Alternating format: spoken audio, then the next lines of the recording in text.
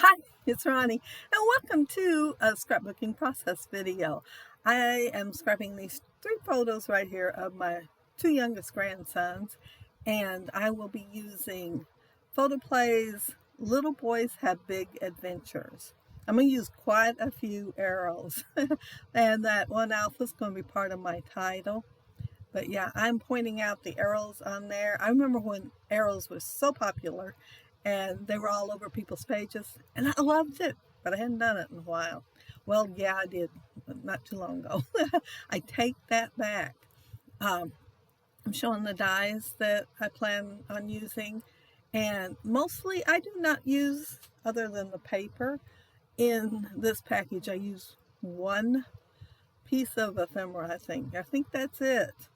I love the paper though. It's so bright and colorful, and if you look at the photos, they have red, blue, and yellow, so that's what I'm going to be using for my layout. I did make sure my arrows were facing into the layout and on the paper here. On the paper, they're going to be all over the place with the other arrows. I glue this part down, and then remember, I forgot a step. I started this layout a few weeks back, set it aside because I just did not have time to work on it right then, and pulled it out, and mostly I had everything ready to do the layout. Well, I forgot what all I had planned. And right here, see that circle? It is on thin paper that I got at Big Lots forever ago for like 25 pieces for a couple of dollars. And that intricate of a die cut, I probably should not have used, but it matched my colors in the layout. So here I am, and you can see that one part is just tore to pieces because of the glue and it sticking. And yeah, I'm going to have to maneuver it. Well, I'm going to have to cover it up, not maneuver it. I've tried the maneuvering it and nothing helped. Then you can see the blotchy place right there that looks horrible. It's all tore to pieces. I have 3 frames that were in this collection. Now, the ephemera is very thin. I forgot about the frames. I'm going to use one piece of ephemera plus the frames on here. I put this diagonal one as far away from the other diagonal stripe as I could, but if I had been thinking when I was doing the putting down of it, I would have angled my stripes in the same direction. I used that geometric cutting die, and I'm going to use another one too, and I cut them out in that red paper there. I was glad it went down better than the color wheel from Altenew. And this one here has the black one. It has arrows on it, so I have them facing in the same direction as the other chevron arrows. Now my photos, I was making sure they were in order. However, the bottom left one, it's going to take me a little while to notice I put it upside down. And it is important that they're right side up, even though they are in that bouncy house. And yeah, I can't believe how long it managed to stay on there before I noticed it, knowing that they needed to be right side up. Yeah, the one on the bottom left is the one that is upside down. Yeah. And the photos, my son sent them to me. They were on a weekend trip to Arkansas. Jason had a tournament. And this bouncy house was one of the things they did during the day when he wasn't playing.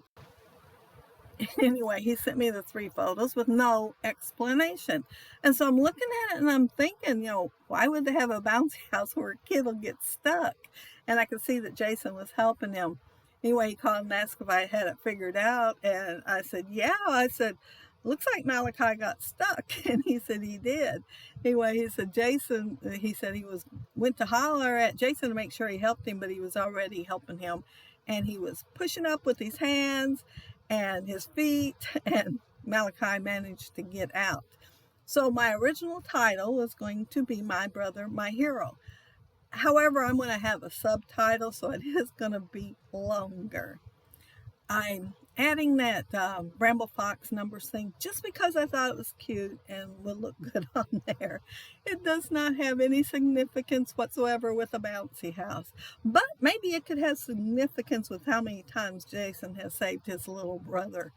Um, I thought was going to put these arrows on here, and I had it planned all along to add the red behind there, because in my head I was thinking there was enough room on the yellow for it, and there isn't, because my photo's over to the right farther than I had it in my head, I think. But I added the bigger one up there, and the blue part is what the die cut is, and I just backed it like a cut file with the red, and then I moved my other two arrows down, and I have that cute little circle one, and it does not really cut out the little arrow, it embosses it.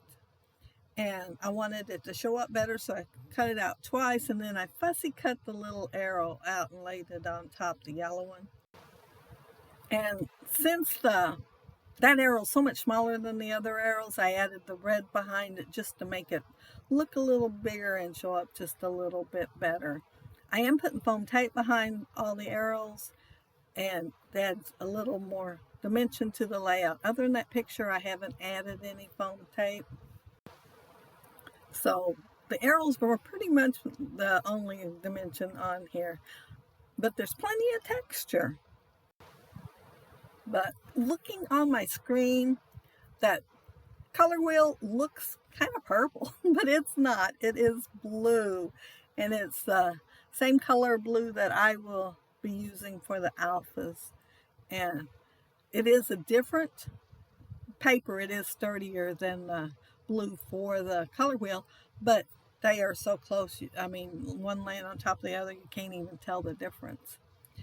I'm starting my title here, and in my mind I thought I'd put my hero down there because that's what I've been thinking for the last few weeks.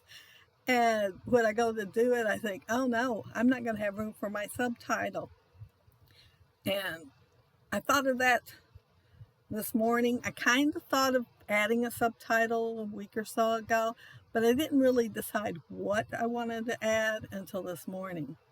So it's going to be my brother, my hero.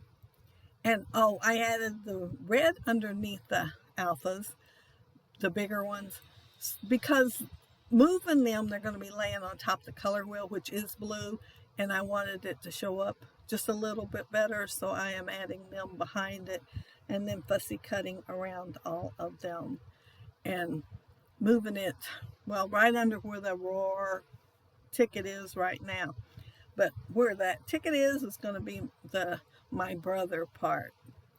And then the rest of the title is going to be down there below the color wheel. And here I thought I'd turn the camera back on because I turned it off while I was doing all that fussy cutting around it. And I didn't. I pushed the button, and I guess I pushed it the second time too quickly. So my subtitle down there is going to be Jason and a colon, Monster Slayer Extraordinaire. That's why I had that big space for that word, because that is a long word.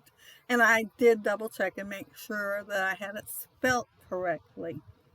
And you all might notice brother goes uphill. When I am writing, I'll think I've got this journaling perfect, and right at the end, I guess I get too cocky and it goes uphill. So I noticed that while I was sitting here, and it is straighter now. It is not in the photos, but it is straighter now.